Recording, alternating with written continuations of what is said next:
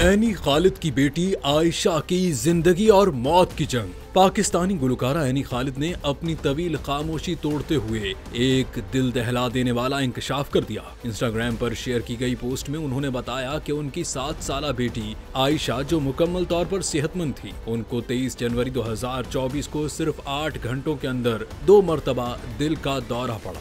Any के मुताबिक आयशा को ऑक्सीजन की शदीद कमी का सामना हुआ, जिसकी वजह से उसके जिस्म के कई आज़ा नाकाम होने लगे। उसे लाइफ सपोर्ट, डायलिसिस और हार्ट लंग बाईपास मशीन पर रखा गया। डॉक्टरों ने उसकी हालत को नाजुक करार दिया, हत्ता कि वो चलने फिरने की सलाहियत से भी महरूम हो गई। ताहम एनी का ईमान मुतज़लज़ल न हुआ। उन्होंने कहा, जहां लॉजिक खत्म हो जाती है वहां अल्लाह की रहमत शुरू होती है।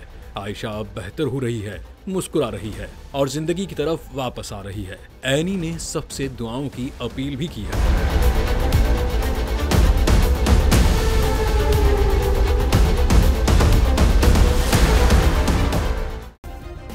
सब्सक्राइब करें और बेल दबाएं ताकि कोई खबर रह न जाए।